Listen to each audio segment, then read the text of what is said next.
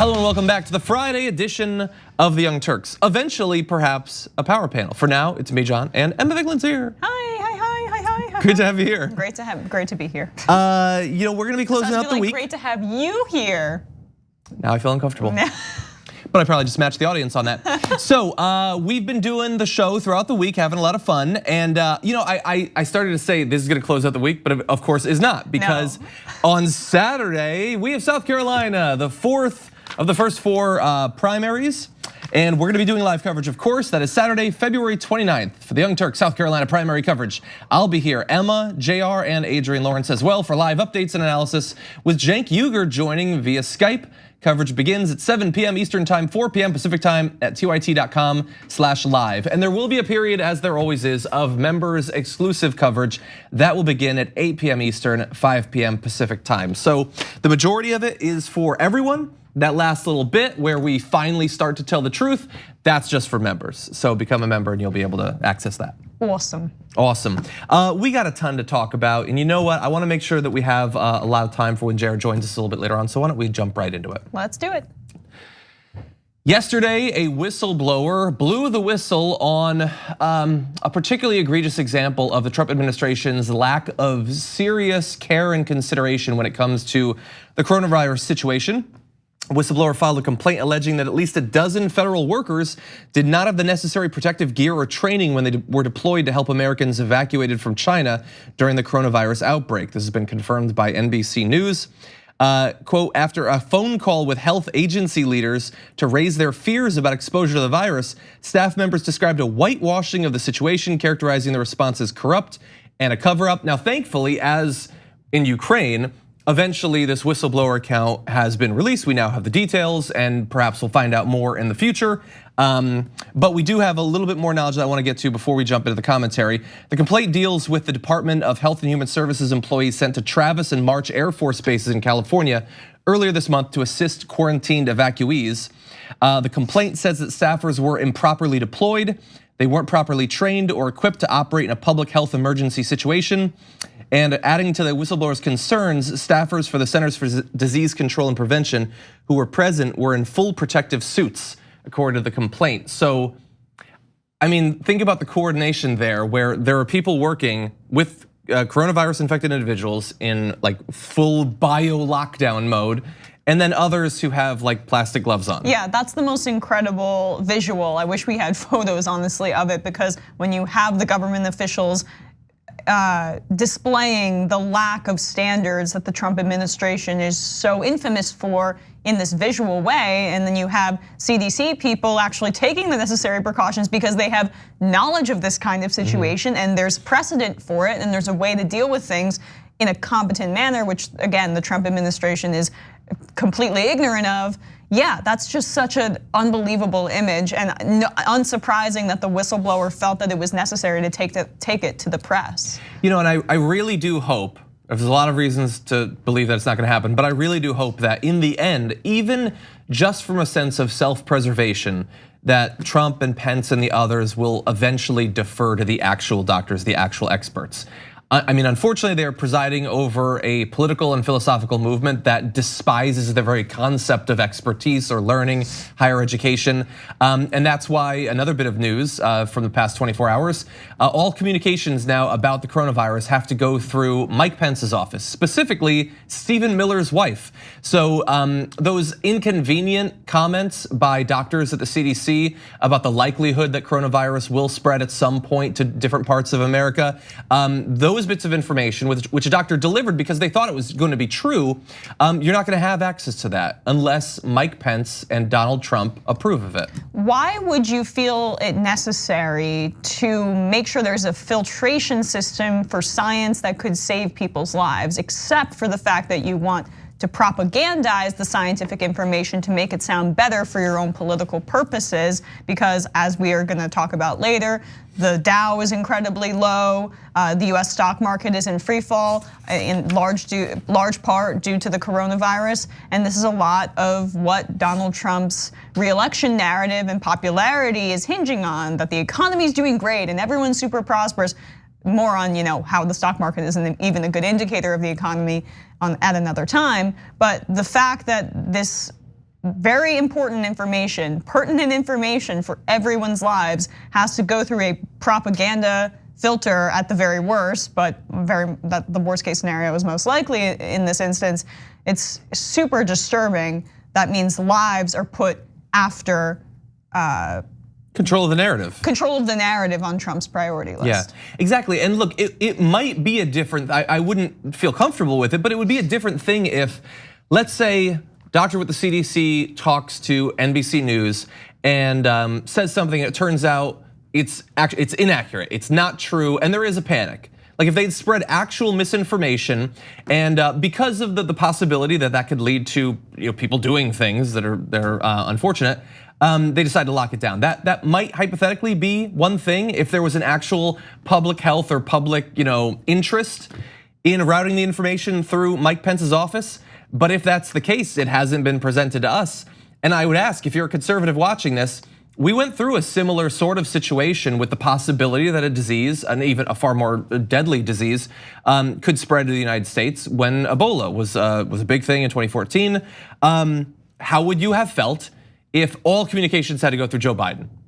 And CDC doctor wanted to give information and had started to talk, but was clamped down on and now couldn't talk. How would Rush Limbaugh have talked about that? How would Tucker Carlson, Sean Hannity, what would their newscasts have been like that night if Barack Obama was like, no, everybody shut up, okay? You can submit a message to Joe Biden, and if he deems it okay, he'll then spread it. And Joe Biden doesn't have a history of legislating in his particular state, not in Delaware, but with Mike Pence, of making horrific decisions for their constituents' health and spreading HIV, which is also a disease that's quite easily spreadable. And he is now in control of this deadly disease that we know way less about than when HIV was spreading in Indiana. Yeah, and so because we've been talking about Pence, I do want to jump just ahead to give you a little bit of an update on this, and it actually does involve Rush Limbaugh. Vice President Mike Pence, who's leading the administration's response on the coronavirus, told radio host Rush Limbaugh on Friday that we're initiating a full-scale investigation into the whistleblower's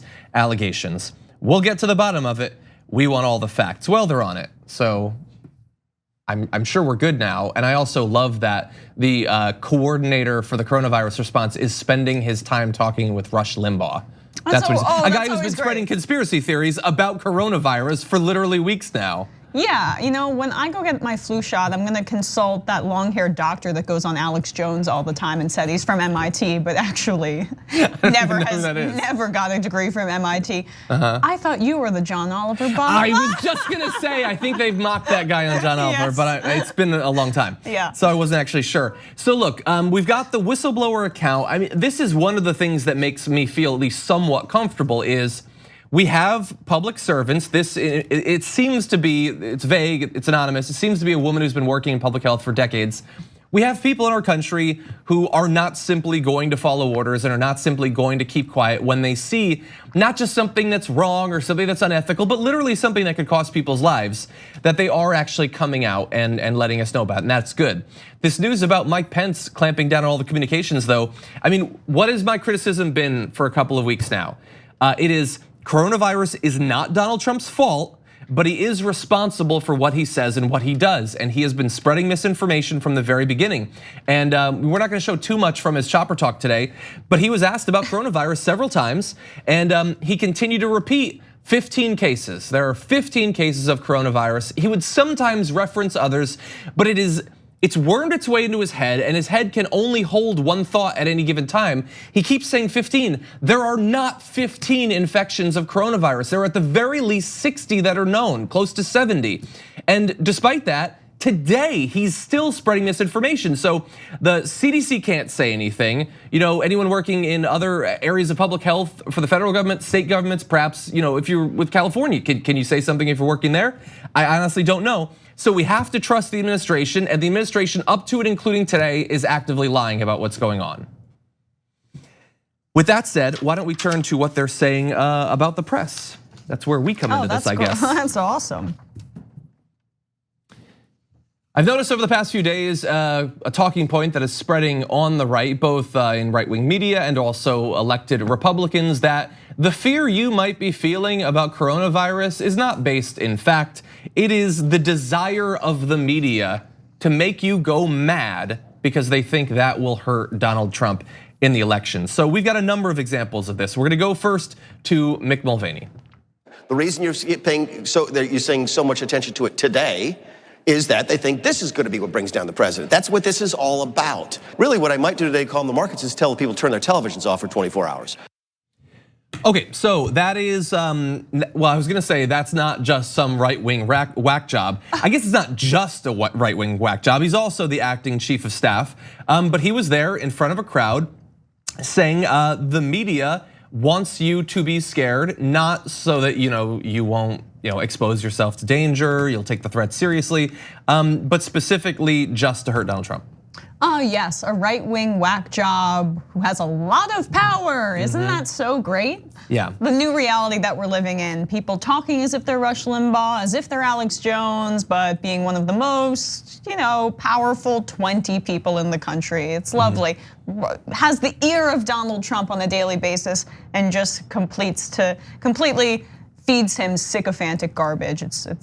I love this timeline.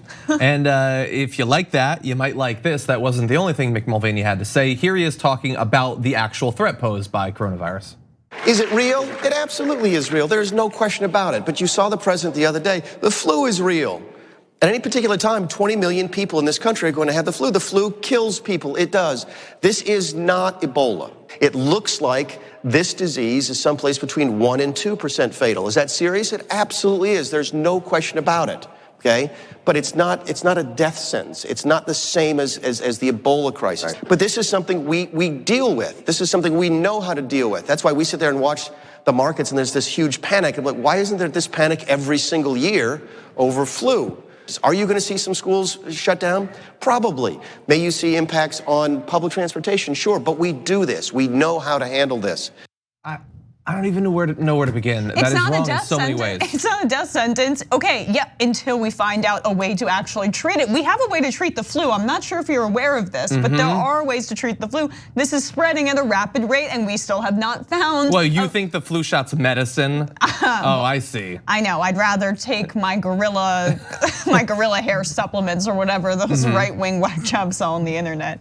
Yeah, but so you referenced that it's not a death sentence. I love that he went very smoothly from, what does it kill, 1% to 2%? It's not a death sentence, except presumably for those 1% to 2%, which represent thousands of people that have already died. And by the way, these loose associations with the flu, the only good to come out of all of this is that maybe people will take the flu more seriously, because I don't think most people knew how many people die every year just from the seasonal flu in the United States alone. There are a lot of differences, as Emma rightly pointed out. We understand the flu, we have treatments, we have shots you can take beforehand. We do actually have something we can do about the flu. We don't really have that for the coronavirus, and we don't necessarily know when we're gonna get it. That's a pretty big difference. The flu, I read, kills about 0.1%, it might even be less than that. That's a big difference between that and 2%, and it's not 2%, it's 2% overall. But when you talk about older people, it shoots up. In the highest age demographic, it is 15%. That is, I mean, look, if I told you could do something, there's 50% chance you're gonna die, you might consider that a death sentence. I think rightfully so. I might.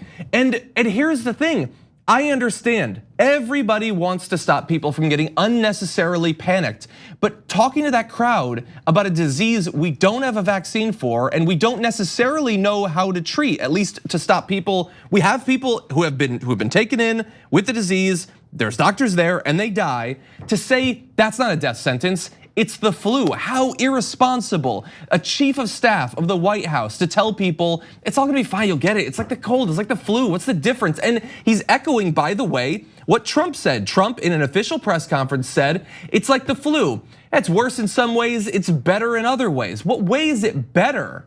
How is it better? That is such a great point by you. And I also just wanted to point out, Fox News, they've got to be bummed that this is the narrative coming from the White House, because they don't get to fearmonger and blow things up more than they normally would. I mean, this is something that people should actually be fearful about, but Fox loves to say, oh, black people, Muslim people, those are the things that you should be afraid of, when their dear leader, Donald Trump, is misleading people about what they truly should be afraid of and truly should be taking precautions against. But because the coronavirus isn't wearing a hoodie and isn't a black teenager, I guess this isn't the kind of stuff you want to devote to your airwaves and make people afraid that perhaps the government does not have your best interest at heart here, because it's run by right-wing sociopaths who would rather see the Dow skyrocket up than care about thousands of people in this country potentially dying from a disease that we do not understand.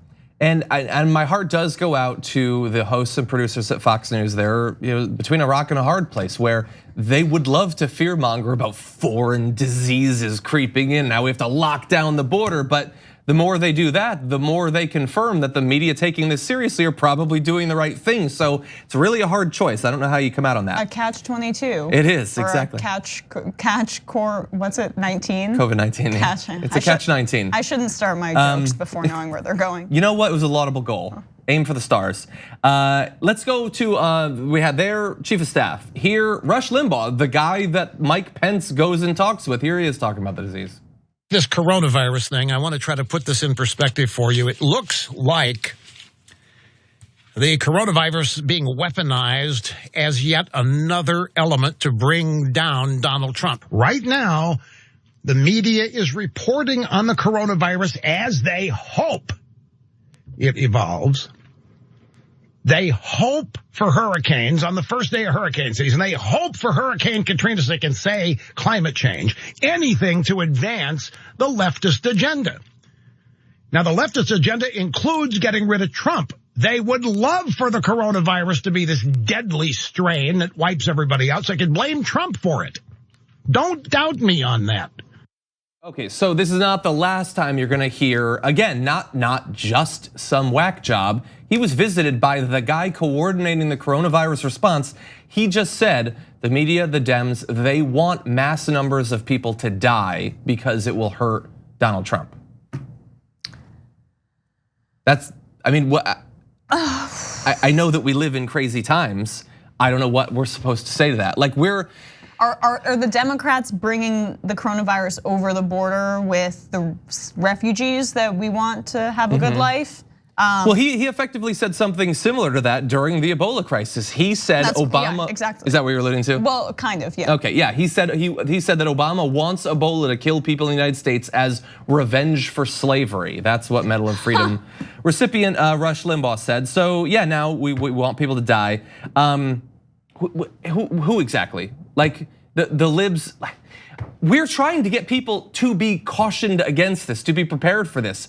All the right-wing media personalities are going out there and doing broadcasts every day telling people, you shouldn't worry about this at all. It's not an actual concern. Don't worry about it. They're blowing it out of proportion. Trump today during Chopper Talk was asked, do you think all of this coverage is a hoax? And he said, well, yes, CNN is a disreputable organization. Like, yes. What does CNN have to do with anything? They're spreading coronavirus. So really, who is encouraging deaths? The person who says, hey, take this seriously, take precautions, or the people who say, you're being hoaxed by fake news CNN, don't worry about it, it's basically the flu? Yeah, I mean, I wanted to say you should trademark Chopper Talk, but that was kind of. Oh no, I didn't come up with that. Oh. That's all over the place. But thank you, that is very nice of you. I gave you way too much credit. It might have been Colbert first. Anyway, okay. So that was Rush Limbaugh, but we also have Pete Hegseth. One of the reasons I want to go to him is, you might recall, he was like this far from being the head of the VA, almost chosen by Trump, and here he is again talking about the media and coronavirus. I don't want to say this. It's not, I don't relish the reality, but you start to feel, you really do, watch the Democrats, watch the media, you start to feel like they're rooting for coronavirus to spread. And I don't say that flippantly, I really don't. But they're rooting for it to grow. They're rooting for the problem to get worse. They're rooting for mysteries, unknown cases, quarantines, towns, for it to become an absolute national crisis for one reason and one reason alone. They have yet to find a reason to try to drag down the presidency of Donald Trump. Even though it is not the fault of Donald Trump, they will try to pin it to him like his Katrina moment and make it political. And so a headline like this lays bare their intentions, because we know it already, they just won't say it. So I think it's important to say it, because we know it's in the backs of the minds of a lot of Democrats. So what happens is Donald Trump can give whatever response he wants to give to coronavirus, And that's really what he's saying. He should have immunity from whatever decisions he makes in that response, because the Democrats are just gonna criticize him no matter what. Like he's having a terrible response. We're freaked out. And then and they're criticizing, no, we want you to help prevent this further. We're freaked out by the coronavirus. The left and the rest of the country, Trump, do something about this. And because of that criticism, we are the ones that want people to die, people to die from coronavirus. And look, as I referenced on the damage report earlier today, I will remind you that Pete Hegseth is the guy who said on Fox News that he hasn't washed his hands in 10 years. So maybe learn about that before you start talking about us encouraging the spread of germs. Yeah, and look, like he's an influential guy. Like he has the ear of the president, and the thing is that it shouldn't be that shocking that he's saying this sort of thing, because Trump and his family are also encouraging the same sort of rhetoric. Here is the son of the president. Are you surprised the way they've been handling the coronavirus situation, meaning Democrats? Not at all. I mean, we've seen, like you said, we've seen this play out for 4 years. Anything that they can use to try to hurt Trump, they will. Anything he does in a positive sense, like you heard from the reporter that was just suspended from ABC, they will not give him credit for. The playbook is old at this point, but for them to try to take a pandemic and seemingly hope that it comes here and kills millions of people so that they could end Donald Trump's streak of winning is a new level of sickness. He went on to accuse the New York Times of either being infected with Trump derangement syndrome or coronavirus. I accuse him of bad beard syndrome and bad beard virus. It's actually spreading on the right these days. But anyway, there he was more clear. Pete Hegseth said, we in the media want lots of people to die. Don Jr. said, we want millions to die. We want to rule over the ashes effectively. I think that really does come through, that plot in Bernie Sanders, all of his speeches about how everyone should have health insurance and access to health care. Yeah, we definitely want people to die. Oh, can I mention one thing? So this is Pete Hegseth's point about the media is hoping for Trump's Katrina moment. And here's the thing, I remember Katrina. You know what was so damaging to Bush about Katrina? Not that the storm happened. That is not why people turned on George W. Bush. It was the incompetent handling of it. It was allowing people to die when it wasn't necessary because they didn't take it seriously and they didn't prioritize the lives of the people that live there. And so when he flew over and looked down occasionally, and when he heck of a job brownied, that was not taking it seriously. That's why it was bad for him. So Trump, again, I will say this for the millionth time, is not responsible for coronavirus being transmitted to humans. He's not even responsible for it making its way into America. But if he locks down information, if he spreads disinformation, if he sends people off to deal with these people without the proper training or equipment, if he makes it materially more likely that people die as a result of coronavirus, it very much is his Katrina moment, because that is his anti-science, ignorant, I don't want to swear, approach to the world that is endangering lives, the same as George W. Bush. Katrina couldn't have been stopped, the storm. The deaths could have been stopped. That was the problem, and we're seeing it potentially in real time. I don't have anything to add to your commentary there. It's quite good. Thank you, I try. It's ridiculous, and it's all over the place, spread all over Fox News today. Right. Okay, we are gonna take our first break. We're gonna check in, perhaps joined by Jayar Jackson, but we'll see you in just a few. We hope you're enjoying this free clip from the Young Turks. If you wanna get the whole show and more exclusive content while supporting independent media, become a member at tyt.com/join today. In the meantime, enjoy this free segment. Hello and welcome back to the center of fear itself, the Young Turks. Yes, fear-mongering Turks. Yeah, we're just talking about going to big, crowded events and how excited we are to do that. I can't wait. I can't wait to be on a plane on Sunday. That's true. Should I wear a mask? I'm too embarrassed. Supposedly that doesn't actually help to stop you from getting it. It can help to not spread it. Did you like how I asked you a question but already had the answer? You already had the answer, you weren't interested. Okay, I feel like Cenk is back. Anyway, so I did want to let you know that we will be talking about him as well as many other candidates on our Super Tuesday coverage. Yes, we will be doing South Carolina on Saturday, but also I hear Tuesday is pretty big. And so Jank and Anna, Ida, and myself will be doing live coverage. There's gonna be other people as well. We're gonna have a progressive extravaganza with a rotating panel of hosts. We also expect Ben Mankiewicz, don't count your chickens, Francesca, and Emma's gonna be joining from Sanders HQ itself. Is he gonna be there?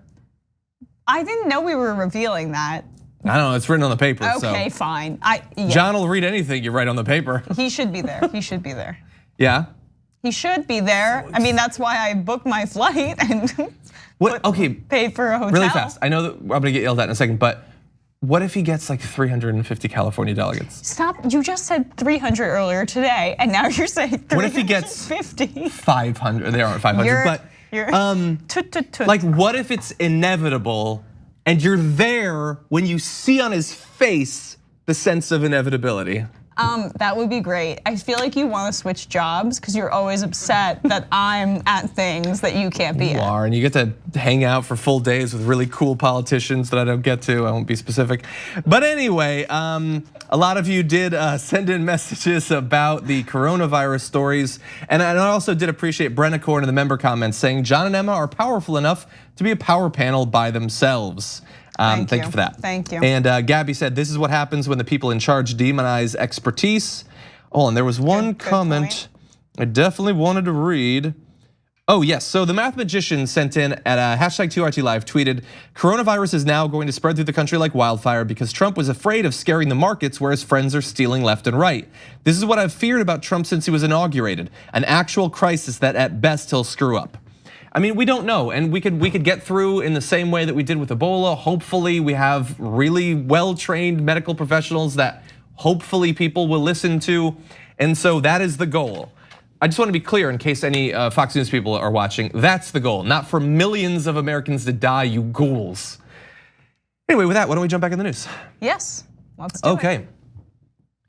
Mike Bloomberg is sitting on a number of past comments and actions during his time as mayor of New York that are absolutely horrendous and deserve scrutiny, particularly as he's rising in the polls in numerous states.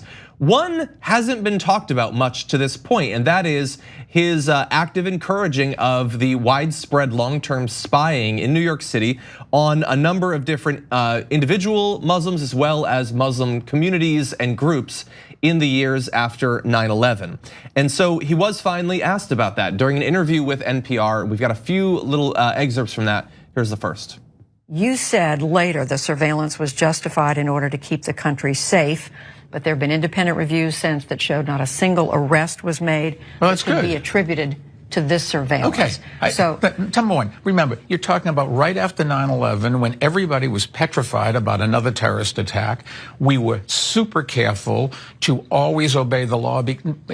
Number one, it's the right thing to do, and number two, you knew people would be looking at it. We had just lost 3,000 people at 9/11. Of course we're supposed to do that. Okay, so the moral argument that he's making is reprehensible. The legal reference he makes to everybody says it was okay is 100% not correct, as we're gonna get to. But that clip reminded me so much of his approach to stop and frisk that, you do what you gotta do, and yeah, we never found anything. It was a horribly inefficient, terrible program, but it didn't affect me or anyone I know, so who cares why you're getting so worked up about it? Yeah, and he didn't even just keep the investigations in New York City, in the 5 boroughs. He did it in the tri-state area, which is New Jersey, New York, Connecticut. That is a huge scope of investigative reach that a mayor should not have. Once again, he is testing the limits, or in fact, exceeding them very much so. As a mayor, of the powers of as mayor, he did it all the time as well under stop and frisk. The boundaries of the law don't mean much to him. And when you said the phrase, you do what you gotta do, it reminded me also of his presidential run. He will pour as much money as he needs to into how many states. He's gonna do what he feels he needs to get done to get the result that he wants, which is to buy the presidency. He doesn't really care about testing the limits of what is acceptable, what is moral, what is legal when he was the mayor of New York City. And this Muslim surveillance, which was over 250 mosques, schools, community centers, just regular people trying to live their lives.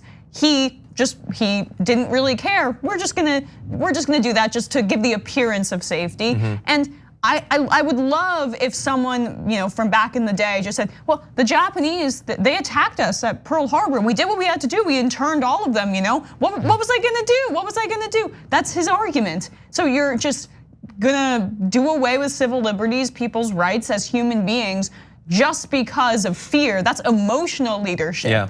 That's not rational, decent leadership. Yeah, and the comparisons to stop and frisk are really robust. I'm scared. The targets aren't me. Who cares, honestly? And all your sense of rights, whether it's privacy rights or, honestly, the rights to your life to not be slammed up against. Not even sense of rights. It's like the most founding principled rights, yeah, those of our are country. Gone if he feels nervous. Pretty sure it's in the top 5 amendments. All of these things that he violated as mayor. Yeah, it's one of my favorites. Okay, so that statement that you saw, as well as the rest of his interview, was responded to by the director of the ACLU's National Security Project, Hina Shamsi, who said, "This is an insulting attempt to rewrite the history of an unconstitutional surveillance program that left Muslims, particularly in communities of color, devastated. It took brave Muslims and their supporters to go to court before the NYPD finally agreed to reforms to safeguard communities in New York and beyond. And no court ever said that the NYPD's discriminatory surveillance program under Bloomberg was lawful."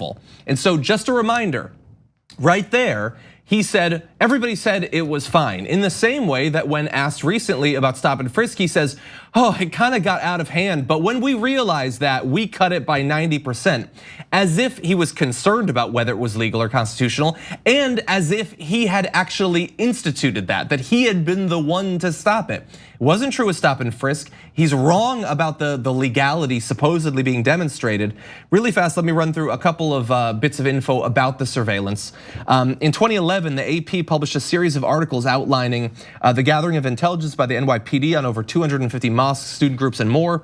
The department collaborated with the CIA to deploy undercover agents, as well as placed informants in mosques and kept tabs on just about everybody. NPR reported that an undercover police officer once accompanied a group of Muslim college students on a whitewater rafting trip. I actually remember TYT covering that years and years ago. As Emma alluded to, in 2007, they actually targeted Muslims in Newark, New Jersey, without the authorization from Cory Booker, who was inconveniently the city's mayor at the time. But he can be ignored. We can just go in because we're nervous again. Now, thankfully, in 2018, Hassan versus City of New York, a lawsuit filed by civil rights organization Muslim Advocates, reached a landmark settlement. The first ever case brought forth by Muslims who were surveilled under the NYPD's programming. The settlement required that the NYPD stop all suspicionless surveillance activities on the basis of religion or ethnicity. And by the way, the settlements came after the AP won a Pulitzer Prize for that reporting we talked about. At the time of that investigation, the NYPD was still denying that the spying program existed, and at that point had existed for years and years.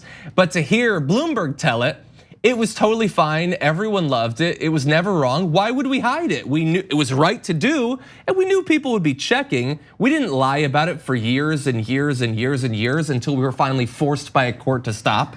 Talk about another parallel to stop and frisk. Exactly. He was forced by a court in 2015 to stop and frisk, and what do you know? Now he's saying, oh, I did away with stop and frisk, 95% of them after, just by my own volition.